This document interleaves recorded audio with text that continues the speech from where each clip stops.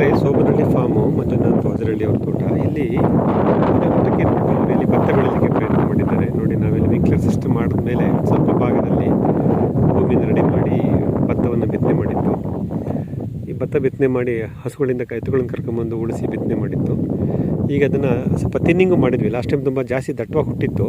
ಈಗ ಅದನ್ನು ತಿನ್ನಿಂಗ್ ಮಾಡಿ ನೋಡಿ, ಹತ್ತಿರ ಬೇಸಾಯ ಎಲ್ಲ ಮಾಡಿ ತಿನ್ನಿಂಗ್ ಮಾಡಿ ಇನ್ನು ಸ್ವಲ್ಪ ತಿನ್ನಿಂಗ್ ಬೇಕಿತ್ತು ಅನಿಸುತ್ತೆ. ಬಟ್ ಚೆನ್ನಾಗಿ ಬಂದಿದೆ. ಎಲ್ಲೆಲ್ಲಿ ನಮ್ಮ ಇದು ಫಸ್ಟ್ ಕ್ರಾಪ್, ಇದು ನಮ್ಮ ಮಣ್ಣು ಟಾಪ್ ಸಾಯಿಲ್ ಹೇಗಿದೆ ಅಂತ ಚೆಕ್ ಮಾಡೋಣ ಅಂತೇಳಿ ಮಾಡಿದ್ದು.